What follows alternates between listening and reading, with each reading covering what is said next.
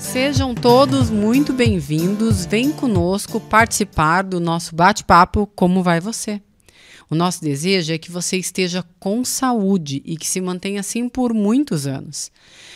Para que você possa viver bem, amar, para que você possa viajar, enfim, fazer aquilo que você gosta. E é por isso que a gente vem aqui semanalmente.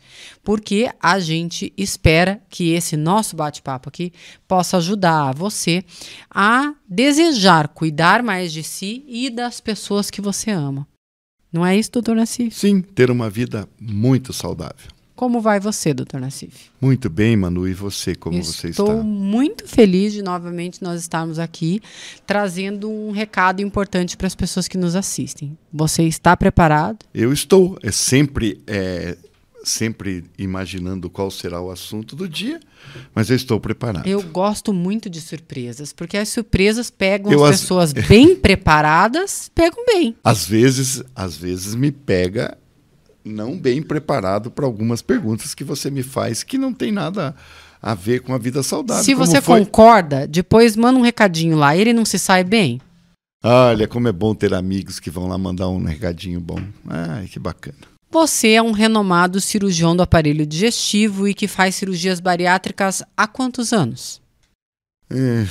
Desde 99. Desde 99. Não, 99, isso. É uma bela história. Eu sei que você não gosta de falar sobre isso, mas... Já sei o que você vai me perguntar. Mais ou menos. Eu diria assim, quantas? muitas. Muitas cirurgias? Muitas, isso. Ele não quer contar pra gente quantas cirurgias ele fez já, mas são muitas, né?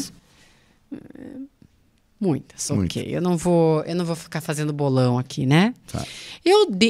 Nesse assunto, então, eu já ouvi falar, eu já tive muitos depoimentos de pessoas que tiveram uma mudança de vida absoluta através da cirurgia bariátrica. Muita gente que fala que passou a viver novamente após a cirurgia bariátrica. Por outro lado, eu também ouvi muita gente falando, ouço várias pessoas dizendo assim, não dá certo, a pessoa volta a engordar, troca uma doença pela outra, porque deixa de ser obeso, mas passa a sofrer de desnutrição. Então, doutor, aqui não tem conto de fadas. Aqui a gente conta os dois lados da história. E hoje eu vou pisar no seu calo, apertar o seu sapato e eu quero lhe perguntar, e quando a cirurgia não dá certo? É esse o nosso tema de hoje. Acabou a surpresa. Não, gostei. A surpresa até agora tá boa. Eu acho que é muito importante a gente falar sobre esse assunto também. Porque não existe uma pílula mágica o procedimento mágico que a pessoa possa fazer e acabar e resolver com todos os problemas, né? Não, e é muito importante, não é muito comum, mas é muito importante falar dessas situações que o resultado não é o esperado e que, às vezes, aquela tentativa que você tem de fazer algo pela obesidade e ter um resultado melhor, ele pode, eventualmente, ter um resultado pior. Mas vamos explicar isso, do que tudo isso depende. Né? Ok. Então, já vamos chegar lá. Então, como eu comentei, existem várias pessoas no qual é indiscutível que a cirurgia bariátrica foi um benefício enorme. Né? Sim, que é a maioria, felizmente. Que é a maioria, graças pessoas. A Deus. Isso. Já há outras pessoas, né, que acabam ficando anêmicas, desnutridas, com problemas de vitaminas, essa ou aquela. Por que isso acontece? Então, vamos lá. Primeiro, pode ter influência do pré-operatório. Então, por isso que é muito importante a gente ficar enfatizando isso, de que o preparo pré-operatório ele é muito importante, porque ele vai corrigir os problemas que a pessoa pode ter antes, como anemia já de pré, como o fato de você ter obesidade não significa que você não pode ter desnutrição. Então, tem que ser visto muito bem isso, como é que estão suas vitaminas, as proteínas, enfim, qual é o estado geral desse paciente. Outra coisa, às vezes uma doença paralela pode estar levando a um quadro no pré-operatório dessas alterações, e não só no pós-operatório. Então, o preparo pré-operatório, o diagnóstico de doenças que podem existir no pré-operatório tem que ser elucidadas, resolvidas antes da cirurgia. Tá? Depois, você pode ter um quadro de insucesso no pós-operatório. Nós estamos falando aqui sobre desnutrição, anemia, deficiência de vitaminas, problemas clínicos. Por onde pode passar isso? Então, pode passar por um pré-operatório não adequadamente realizado, pode passar por uma situação em que o paciente, depois da cirurgia, não faça acompanhamento com toda a equipe. Isso pode trazer deficiência de vitaminas, pode trazer anemia, pode trazer um certo grau de desnutrição. Aí eu já estou incluindo deficiência de massa magra, não realização adequadamente dos seus exercícios. As vitaminas não estão sendo tomadas porque também não se faz o diagnóstico, porque a pessoa abandonou e não tem exames que demonstrem o que precisa ser feito.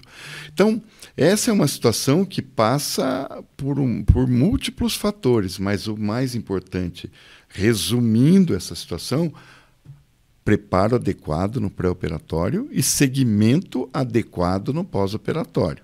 E claro que também passa pela indicação da cirurgia. Às vezes, um paciente não pode fazer determinada técnica. Por isso eu digo, não são todos os pacientes que vão realizar a mesma técnica. A gente tem que, pelo preparo pré-operatório, pelo diagnóstico de tudo que existe de alterações nesse organismo, indicar a melhor operação para aquela pessoa. Então, eu entendo, por exemplo, uma das questões aí é que a equipe tem que estar acompanhando, porque no menor sinal de que alguma coisa está acontecendo, já tem que interferir. Sim. E quando esse paciente se afasta da equipe, quando ele vai descobrir uma anemia, ela já está mais grave. Sim, quando ela tem desnutrição, ela já está mais... Eu vou dar um exemplo, por exemplo, assim, uma anemia em mulheres no pós-operatório que pode acontecer por um fluxo menstrual aumentado. Então, tem que se tomar uma providência de se corrigir isso em parceria com a ginecologia, com a obstetrícia, para que a gente possa determinar o que precisa ser feito para que essa anemia não perpetue. Então, são várias situações nesse contexto, mas se a pessoa está acompanhando com a equipe que a preparou para a cirurgia, isso tudo vai ser detectado. E as correções daí são muito fáceis de fazer, porque se faz a reposição ou se toma a conduta adequada para aquele problema. Ou seja, isso é evitável. É evitável, sim. É evitável. Como toda cirurgia, a cirurgia bariátrica também tem riscos. Sim, tem o que uma pessoa tem que levar em consideração quando ela decide passar por esse procedimento? O que pesa nessa questão risco? Isso deve gerar medo, né? Tá. Então, falando de riscos, a gente não pode deixar de citar de que o maior risco é ficar com a obesidade. Então, a obesidade é uma doença grave, uma doença complexa, uma doença inflamatória, e que a permanência nesse quadro de obesidade traz riscos à saúde, como risco coronário, riscos ortopédicos, riscos, enfim, inúmeros riscos que a pessoa tem pelo fato de ser obesa. Mas a cirurgia também não é isenta de complicações, as complicações existem, mesmo que se tome todos os cuidados pré-operatórios, a técnica muito bem realizada, com respeitando todos os princípios cirúrgicos, fazendo um pós-operatório bom, pode-se ter complicações ou cirúrgicas ou complicações clínicas. Mas eu disse assim, elas são evitáveis, sim, mas às vezes acontece, mas elas também são contornáveis. Então, nós podemos instituir algo que possa corrigir isso, mas ela não é isenta de riscos. E, às vezes, não se fala muito de riscos, mas o risco existe. E todos que militam aí no tratamento da obesidade passam por isso, todos os médicos, cirurgiões, endocrinologistas, enfim, toda a equipe tem que corrigir, às vezes, essas alterações. Você falou assim que existe o risco de ficar obeso e existe o risco da cirurgia. Se eu colocar na balança, o que vai pesar mais? O risco de permanecer obeso, sem dúvida nenhuma. Então quer dizer que daí é uma nave descontrolada. Lembra da nossa historinha? A historinha Instagram? Do avião, lá do Instagram? Então, assim, se a gente permanece longo prazo, já tendo alterações de doenças decorrentes da obesidade, a gente está lá no avião e o avião ele está começando a ficar com o motor mais fraco, já está começando a querer cair. Então, apresentar problemas. A gente pode oferecer uma condição que melhore isso. Tipo lá, na nossa historinha era o paraquedas, lembra? Aqui, ó, tem o paraquedas aqui. Você pode se o avião for cair mesmo, você pula e aciona o teu paraquedas.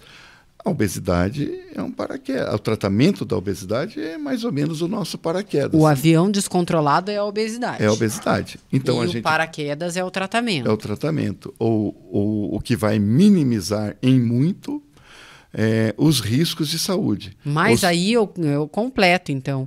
Quer dizer que o acompanhamento clínico depende de mim. O acompanhamento com os profissionais, o preparo para a cirurgia, a minha alimentação, o exercício físico, o que eu vou fazer no pós-operatório, é o fato que depende de mim. Ou seja, puxar a cordinha do paraquedas. Se Exatamente. eu não puxar, vou me esborrachar igual. Exato. Porque se você não adianta fazer a cirurgia e não puxar a cordinha.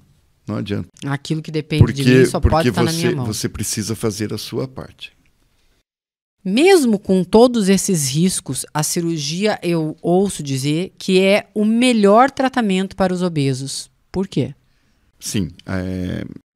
Não seria menos arriscado a pessoa optar por um tratamento clínico? Não, mas é que assim, veja, muitos anos nós cirurgiões, que o tratamento cirúrgico era a última situação, última alternativa, depois de se esgotar todos os tratamentos. Mas hoje nós mudamos essa afirmação, porque às vezes, dependendo do paciente que você recebe, de todas as doenças que ele tem, a gente tem que afirmar hoje que o tratamento cirúrgico é a melhor opção para aquele paciente com obesidade grave. E por que, eu continuo perguntando, por que não optar por um tratamento clínico com menos riscos? Porque normalmente, eu digo, nessas situações de obesidade grave, são pacientes que vêm já com inúmeros tratamentos clínicos realizados e que não obtiveram sucesso. Até por isso eles obtêm a liberação do endocrinologista, do cardiologista, de toda a equipe. Porque a obesidade é uma doença resistente, é uma crônica, doença né? crônica que não tem cura, mas ela tem controle. E esse controle nesse paciente com obesidade grave, o controle é cirúrgico. Não é? Então, assim, eu não estou dizendo que... Assim, claro que o paciente virgem de tratamento, ele tem que fazer uma investigação grande, tem que fazer tratamentos, porque ele ainda tem uma obesidade que não desenvolveu doenças, que é principalmente lá o diabetes, a síndrome metabólica como um todo, que está o colocando em risco o tempo todo, todos os dias. Então, é um paciente que tem a possibilidade de se tentar, não sendo uma grande obesidade, de se tentar algum tratamento medicamentoso, mudança de hábitos de vida, que pode vir a dar certo. Realização de exercícios físicos. Sim, nós temos pacientes que acabam saindo da indicação cirúrgica. Mas é um número menor. É um número menor. O problema é a recidiva desse peso em alguns anos que o paciente pode ter se ele abandonar os novos hábitos de vida e voltar aos velhos. Entendi. Que tipos de complicação são mais comuns? Eu já disse que não são comuns as complicações da cirurgia da bariátrica. Mas quais são as mais comuns, as que acontecem mais? Mesmo acontecendo pouco, o que acontece mais como complicação na cirurgia bariátrica? Bom, nós já falamos das complicações clínicas. Certo. Então, vamos falar um pouquinho agora das complicações cirúrgicas, né? A gente pode ter complicações pulmonares, são raras, mas podem acontecer. Uma complicação que é bastante temida por nós, mas hoje em dia o controle dessa complicação é muito efetivo, que é a fístula. A fístula é uma deficiência de cicatrização. Ali no local que você juntou o estômago com o intestino, ou o intestino com o intestino, onde tem uma sutura, né? Vai abrir. Que a gente chama de anastomose. Em algum pontinho ela pode abrir, ou pode ser uma fístula também grande, e isso nós vamos ter que ter o paciente mais tempo internado, com nutrições mais severas, né? Oferecendo nutrição parenteral total, ou se a gente vai oferecer por uma sonda, depende do quadro clínico desse paciente. E as outras complicações, elas acabam sendo um pouquinho mais tardias, que pode acontecer obstrução intestinal, que a gente chama, na cirurgia bariátrica, tem a hérnia interna que se faz com a migração do intestino para dentro de um espaço, e ele pode ficar preso ali naquele espaço. Mas as complicações assim imediatas da cirurgia seriam complicações pulmonares, a fístula, sangramento, né, que pode acontecer. Seriam mais essas complicações. E dentre essas, é possível diminuir o risco delas? Claro. Preparo pré-operatório bem adequado, técnica bem realizada, mas além disso, estatisticamente, com tudo isso sendo feito, ainda existe essa incidência pequena de complicações que pode acontecer. Nem sempre prevenir exime do risco. São as complicações inerentes ao procedimento, mas elas existem. Nós não podemos negar isso. E no caso da recuperação de peso, aquele paciente que chega a perder, ou às vezes até tem aqueles que não perdem tudo que se imagina que ele perderia, mas que ele perdeu e recupera peso após um tempo depois da cirurgia bariátrica, e que tem tanta gente que fala sobre isso, daí fala, a cirurgia não resolve, porque volta a engordar tudo depois. Por que isso acontece? Não, mas também tem uma outra situação que é muito comum, que é assim, se eu engordar de novo, eu faço outra cirurgia. Então, nós temos que tomar muito cuidado de como nós vamos abordar essa recuperação de peso, não é? A maioria das pessoas que recuperam peso são por hábitos de vida que não estão corretos. Então, uma alimentação que não é correta, tomar muito líquidos hipercalóricos, não fazer exercícios, sedentarismo, não tomar a medicação. Às vezes você tem uma alteração hormonal e se você não tratar, você pode ganhar peso. Então, o diagnóstico é muito importante, mas a maioria dos pacientes encontra-se nessa situação de que precisa mudar os hábitos de vida e ficar em acompanhamento com a equipe multidisciplinar. Mas existe situações em que você realmente, que são a minoria desses pacientes, que você pode indicar uma outra cirurgia. Em que casos a gente pode falar sobre isso? São casos que nós vamos encontrar na avaliação com exames pacientes que podem ter uma complicação da primeira cirurgia. Então, por exemplo, o mundo inteiro usou muito os anéis no bypass, que era um anel colocado para fazer uma resistência, uma restrição à passagem do alimento. E hoje nós estamos aí presenciando muitas complicações desse anel, que se traduzem ao paciente em dificuldade de se ingerir proteínas, ou seja, alimentos sólidos o paciente tem dificuldade. Quando ele tem dificuldade do alimento sólido, ele vai acabar comendo aquele alimento que passa melhor, e esses alimentos são os mais calóricos. Então, é uma saída que aquele paciente encontrou para ele se alimentar, porque o sólido não passa. Isso é uma complicação que nós temos como resolver, tirando essa área estreitada e esse anel com uma nova cirurgia. E tem aqueles pacientes que têm, por exemplo, um estômago que está muito grande, uma anastomose, que é onde juntou o intestino com o estômago, que está muito largo, e nós podemos lançar mão de algum procedimento endoscópico ou cirúrgico para corrigir essas alterações. Mas aí são pacientes que realmente passam a ter indicação de uma nova cirurgia. O erro de enfoque está no paciente achar que um estômago pequenininho e uma anastomose adequada podem ajudá-lo, se fizer outra cirurgia, a perder peso. Não tem o que fazer daí, porque a cirurgia ali, anatomicamente, ela está correta. O que nós precisamos mudar é a alimentação e a falta de exercício, de acompanhamento, de tratamento clínico. Mas aí, então, se o paciente voltou a engordar, o que ele deve fazer? Procurar uma equipe médica a mesma que o tratou, para fazer as correções que sejam necessárias, ou se ele não tem mais acesso, mudou de cidade, ou ele procura uma equipe. Né? Ele tem que procurar uma equipe que faça tratamento de obesidade. Então, eu imagino que quanto antes esse paciente procure, melhor, porque claro. Quanto mais você vai deixando a situação ficar grave, mais ela vai se complicando. Claro. Agora, a minha pergunta é, o paciente operado, ele pode voltar, ele não teve complicação, ele voltando a regrar a vida de uma maneira em que ele tem uma vida saudável de novo, ele pode voltar a perder peso e voltar a ter saúde? Se ele mudar os hábitos? Sim, ele pode.